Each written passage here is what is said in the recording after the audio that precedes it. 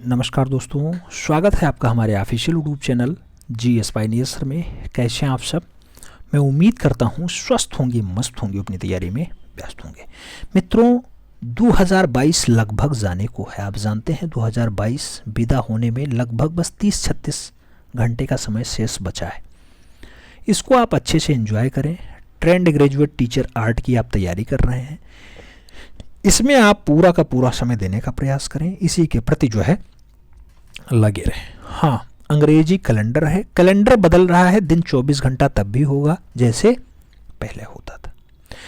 Same data सब कुछ होता है, बस आपको उसे समझने का प्रयास करना है। अगर समझने का प्रयास कर लिए, समझ लो अपने आप में आप एक योगी शिक्षक बन गए। और आप शिक्षक बनना चाहते हैं तो शिक्षक बनेंगे तभी जब आप अपने आप को जागृत करें, उसके साथ दूसरे का मूल्यांकन करना जान जाएं, दूसरे के अंदर भी कुछ उत्तेजना भर सकें।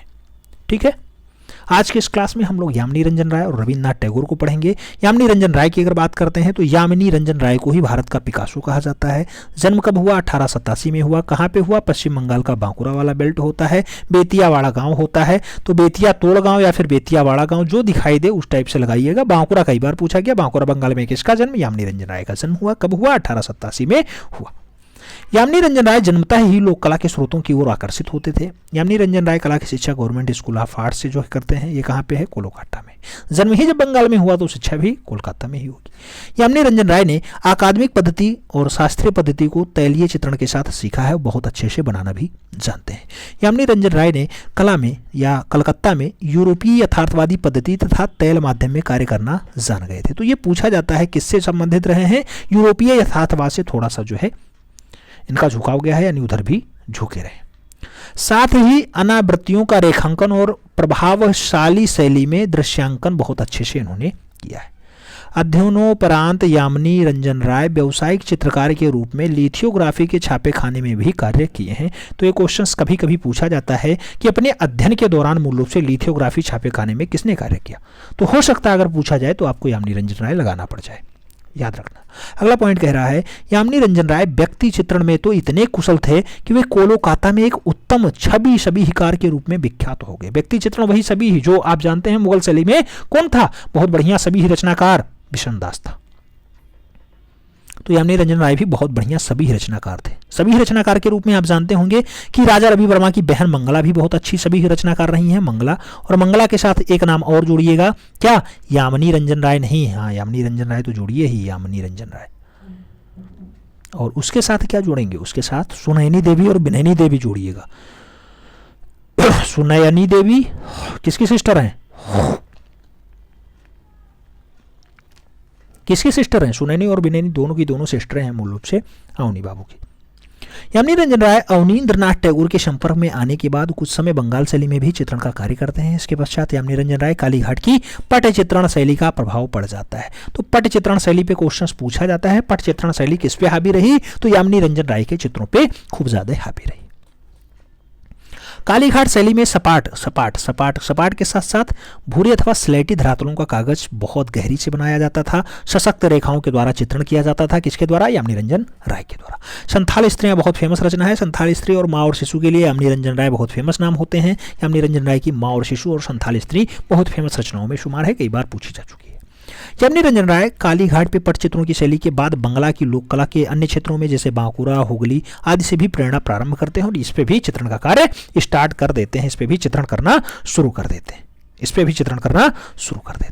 आगे बात करें तो अगला पॉइंट आता है कि यामिनी रंजन राय ने लोक कला की चित्र योजनाओं में कुछ नए रंगों का बढ़ा चढ़ाकर भी समृद्धि कर दिया। तो यामिनी रंजन राय ने रंगों में कुछ ज़्यादा जो है अच्छे रंगों का प्रयोग करना स्टार्ट कर दिया था। माँ और संथाल स्त्री जिसकी बहुत अच्छी रचना है, जिसका जन्म बांकुरा बंगाल में होता है, वो है यामिनी रंजन राय। कब जन्म होता है? 1887 में होता है, याद रखिएगा। नाम इंपॉर्टेंट है, काम भी इंपॉर्टेंट बनने वाला है।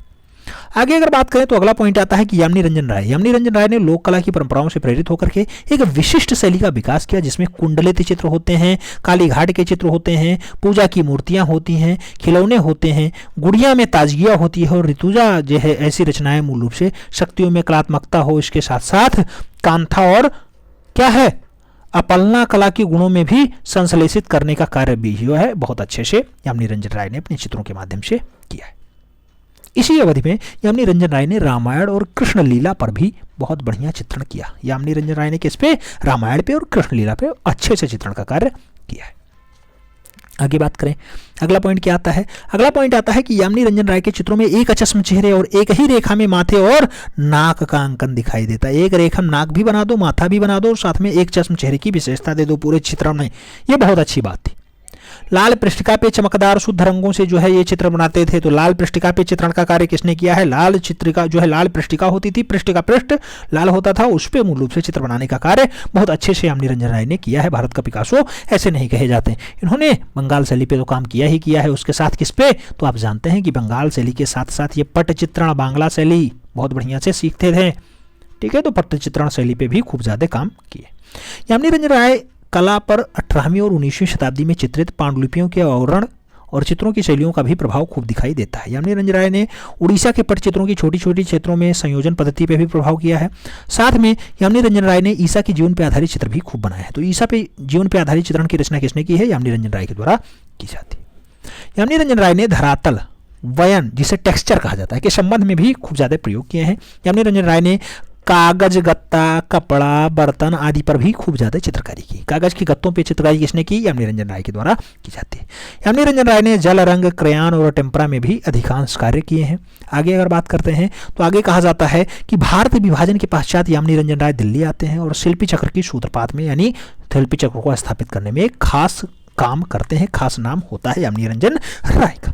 यामिनी रंजन राय 1955 ईस्वी में भारत सरकार के द्वारा पद्म भूषण से भी सम्मानित हो जाते हैं। पद्म भूषण कब मिलता है इन्हें? 1955 में मिलता है। पद्म भूषण यानी तीसरा महत्वपूर्ण पुरस्कार, पद्म विभूषण दूसरा होता है और भारत सरकार का आप जानते हैं भारत रत्न पहला पुरस्कार, बढ़िया पुरस्कार माना जाता है। आगे बात करते हैं, एक रचना बहुत फेमस होती है, आप देखेंगे तो यामिनी रंजन राय की रावण जटायु की टेम्परा रचना है। ये देखिए रावण और जटायु, हालांकि साफ साफ दिखाई आपको नहीं दे रहा होगा, रचनाएं थोड़ी सी जटिल दिखाई दे रही।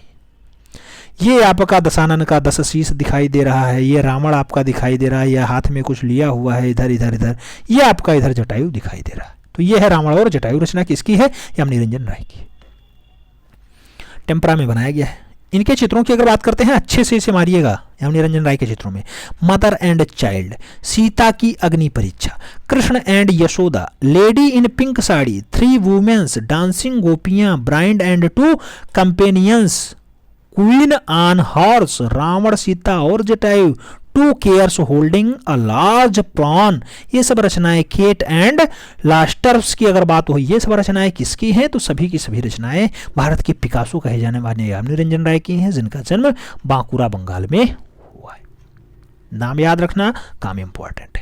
अगला कलाकार आप जानते हैं जो लगभग 67 साल की उम्र में चित्रकला की ओर प्रभावित होता है, उसका नाम बाबा रविंद्रनाथ टैगोर है, जिन्हें 1913 में एशिया का पहला नोबेल पुरस्कार प्राप्त होने का गौरव प्राप्त है। सन 1816 ईस्वी में जोड़ासाको कोलकाता में कवि, उपन्यासकार तथा गीतकार रविंद्रनाथ टैगोर का जन्म सम्भ्रात परिवार में हुआ था।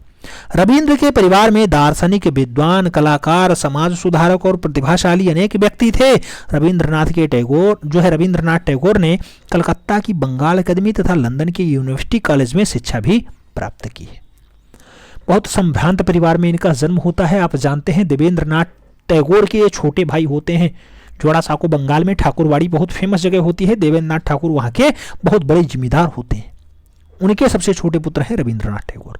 रविंद्रनाथ टैगोर ने 1901 ईस्वी में अपने पारिवारिक गृह भूमि शांति निकेतन में छोटा सा शिक्षण केंद्र जो है या शिक्षण संस्थान स्टार्ट किया। शांति निकेतन का निर्माण रविंद्रनाथ टैगोर के पिता देवेंद्रनाथ टैगोर ने वीरभूमि पश्चिम बंगाल में 1860 के आसपास करवा दिया था। 1912 में आप इंग्लैंड गए, जहां रविंद्रनाथ टैगोर को 1913 में गीतांजलि काव्य संग्रह पर नोबेल पुरस्कार भी मिल जाता है। कब जाते हैं? 1912 में जाते हैं। सन 1915 ईस्वी के आसपास रविंद्रनाथ टैगोर ने नाइटहुड की उपाधि प्राप्त हो जाती है। 1915 के आसपास 1919 में शांति निकेतन में कला भवन की स्थापना हो जाती है। 1915 में विचित्रा क्लब की स्थापना, जब 1915 में रविंद्रनाथ को नाइटहुड मिलती है उसी टाइम विचित्रा क्लब की स्थापना होती है। 1919 में शांति निकेतन में कला भवन बनता है और 1921 में शांति निकेतन में विश्व भारती विश्वविद्यालय का दर्जा मिल जाता है, जो प्रथम ललित कला संकाय भी बन जाता है। तो ये सभी पॉइंट पूछे गए। 13 में गीतांजलि में काव्य का नोबेल पुरस्कार आप जानते हैं। 15 में इन्हें मिलता है क्या? नाइटहुड की उपाधि, उसी के साथ विचित्रा क्लब स्थापित होता है। 1919 में शांति निकेतन में कला भवन बनता है। 1921 में शांति निकेतन में विश्व भारती विश्वविद्यालय का दर्जा मिल जाता है। ललित कला संकाय भी स्टेब्लिश हो जाता है। तो ये सब काम एक साथ होता है, रविन्द्रनाथ टैगोर के प्रयासों से होता है। रविन्द्रनाथ टैगोर के चित्रण का प्रथम रेखांकन भी बहुत अच्छे से होता है। रेखांकन में सन 1924 में लगभग अर्जेंटाइन प्रवास के समय विक्टोरिया ओकाम्पो की सौम्य कला के रूप में मान्यता भी आपको मिल जाती है। अर्जेंटाइन प्रवास के समय में रविन्द्रनाथ टैगोर के चित्रों में पहली प्रदर्शनी कहाँ पे लगती है? पेरिस में लगती है। कब लगती है? 1930 में, यानी 1930 के आसपास लगती है। तो ये बहुत बार छपा है क्वेश्चन कि रविन्द्रनाथ टैगोर की पहली कला प्रदर्शनी कब? तो पेरिस में लगती है। कहाँ लगती है? 1930 में लग जाती है। सन 1930 से 1941 तक 10 वर्ष की अवधि में रविन्द्रनाथ टैगोर ने अप्रियतम कला सर्जन किया, यानी खूब ज्यादा चित्रण का कार्य किया। 1930 से 41 तक गहरी नीली पृष्ठभूमि से मूल रंग लाल पीला सफेद से बनी अंडाकार आकृतियां भयावह भी हुआ करती थी, लेकिन बनाने का कार्य जारी रहा है। मूल रंगों द्वारा रविन्द्रनाथ टैगोर ने उदासी, क्रोध, भय आदि की जो है अभिव्यक्ति बहुत अच्छे से की है। रविन्द्रनाथ टैगोर ने चित्रों में नारी आकृतियों का बाहुल्य रहा है, खूब ज्यादा नारी की आकृतियों को बनाने का काम किया है, जो प्रेम स्थली होने के साथ साथ अभिलाषा का संकेत भी दे रही है। मुल्कराज आनंद ने रविन्द्रनाथ टैगोर के कला पे पिकासो, डाली, मुंख और जो है मेंदिग्लियानी का प्रभाव मानते हैं। मुल्कराज आनंद कहते हैं कि रविंद्र बाबा की कला पे जो है पाब्लो रूई पिकासो का, सल्वाडोर डाली का, एडवर्ड मुंक का और मेंदिग्लियानी का प्रभाव खूब ज्यादा दिखाई देता है। ये कहना किसका है? मुल्कराज आनंद के अकॉर्डिंग है। आरंभ में रविन्द्रनाथ टैगोर ने केवल स्याही से पेन को रेखांकन करने का जो है कला निर्मित किया था। आप जानते हैं 67 वर्ष की आयु में ये चित्रांकन की ओर आते हैं, तब ये पेन और जो है पेंसिल से काम स्टार्ट करते हैं, लेकिन आगे चल करके बहुत अच्छे रचनाओं में ये जो है महारत हासिल हो जाते हैं। जिसमें काल्पनिक वृक्षी था, काल्पनिक वृक्षी इनकी रचना है। जानवर जैसी रचनाएं जो है प्रचुर मात्रा में बनाई गई। आप जानते हैं महिलाओं पे खूब ज़्यादा इन्होंने चित्रण का कार्य किया है। आगे बात करते हैं टैगोर की कला रेखाओं में लयात्मकता, माधुर्यता और जो है इसकी परंपराओं के जो है संबंध दिखाई देते हैं, जो भाव प्रवण है, अभिव्यंजना कौशल से परिपूर्ण दिखाई देते हैं। भारतीय लघु चित्रों और अजंता के भित्ति चित्रों में जो लय दिखाई देता है, वही लय मूल रूप से टैगोर के चित्रों में भी दिखाई देता है। तो ये बहुत बड़ी बात है कि अजंता के भित्ति चित्रों में जो उत्ती पुरानी है, उसमें जो लय है वही लय मूल रूप से बाबा रविन्द्रनाथ टैगोर के चित्रों में भी साफ साफ झलकता है। आगे बात करते हैं तो आगे कहा जाता है रविन्द्रनाथ टैगोर ने स्याही, रंगीन पेंसिल, फूलों की पंखुड़ियाँ आदि से जो रंग प्राप्त हुआ है, ड्राई पॉइंट्स हैं, पेंसिल हैं, एचिंग है, जल रंग हैं, इन सब में मूल रूप से चित्रण का कार्य किया है और बहुत अच्छे से इनको बनाने का काम सीखा है। बहुत अच्छे से कलाकारी इस पे की है। एक ये डाटा आप देखिएगा RN टैगोर की हैंड स्टडी पेन और स्याही, ये देखिए हैंड स्टडी है, पेन और स्याही के द्वारा बनाई गई है। यह रचना किसने बनाई? तो इसको बाबा रविंद्र ने बनाई है, रविंद्रनाथ टैगोर के द्वारा बनाई जाती है। रचना देखिए अच्छे से, फिर समझिएगा। अब लास्ट में हम लोग कुछ खास रचनाएं देख लेंगे। इस पे आप स्क्रीनशॉट ले लीजिएगा। रविन्द्रनाथ टैगोर के प्रमुख चित्रों में लाफिंग फेस होता है, अच्छी रचना है। राजहंस बहुत अच्छी रचना है। मशीन बहुत अच्छी रचना है। पक्षी बहुत अच्छी रचना है। मशीन मैन हो, सफ़ेद धागे हो, चिड़िया हो, मशीन हो, ट्रिज हो, ट्रिज के साथ मेल हैंड हो और जो है मैन राइडिंग अ डंकी हो। ऐसा रचना मूल रूप से किसने बनाया? बाबा रविंद्रनाथ टैगोर के द्वारा बनाया जाता है। रविंद्र बाबा आज की डेट में बहुत फेमस हैं। आप जानते हैं सबसे अधिक बार जो क्वेश्चंस बनता है कला और साहित्य से, तो उसमें रविंद्र बाबा का नाम बहुत अच्छे से लिया जाता है। चाहे वो विविध में आ जाए कि 1913 में इन्हें शांति का नोबेल पुरस्कार मिलता है, चाहे वो ये पूछ लिया जाए कि शांति निकेतन में विश्व भारती का दर्जा तो 1921 में, या फिर नाइटहुड 1915 में इन्हें मिलता है, या फिर अन्य पुरस्कारों के बारे में पूछा जाए तो वो आप जानते हैं कि 10-11 साल में इन्होंने लगभग 2500 प्लस रचनाएं मेंटेन कर दी थी। तो कोई छोटा मोटा कार्य नहीं है, बहुत सारे कार्य इन्होंने किए हैं, लेकिन इनका कबींद्र रविंद्रनाथ टैगोर इसीलिए नाम पड़ जाता है क्योंकि एक अच्छे और योग्य कवि भी रहे हैं। दार्शनिक तो इनके घर में ही रहे, आप जानते हैं कि दार्शनिक भी इनके घर में रहे हैं, बहुत सारे साहित्यकार भी इनके घर में रहे हैं, यानी ये अच्छे सोसाइटी से रहे हैं। सम्भ्रांत परिवार में इनका जन्म 1861 में हुआ था। तो आज की इस क्लास में आपने क्या देखा? रविंद्र बाबा को पढ़ा और साथ में भारत के पिकासो को पढ़ा। भारत के पिकासो यानी यामिनी रंजन राय को आपने आज देखा, यामिनी रंजन राय को देखा है। यामिनी रंजन राय वही जिनका जन्म जो है बांकुरा बंगाल में 1887 के आसपास होता है। दोनों कलाकार आपके जीवन में अमूलचूल परिवर्तन लाएंगे। क्यों? क्योंकि आपको 148 का सपना देखा है। 148 फतेह कराने में यहाँ से क्वेश्चंस पक्का है कि 2 से 3 प्रश्न छपेंगे ही छपेंगे। तो आपको देखना होगा कि कौन से 2 प्रश्न छपते हैं बंगाल शैली से, उन्हें हम कैसे कवर करें। उम्मीद करता हूं आपसे बढ़िया से कवर हो गया होगा। लाइक कर देना, मित्रों के बीच जरूर शेयर कर देना, जिससे अधिक लोग लाभान्वित हो पाएं। मिलते हैं शो में, तब तक के लिए जय हिंद।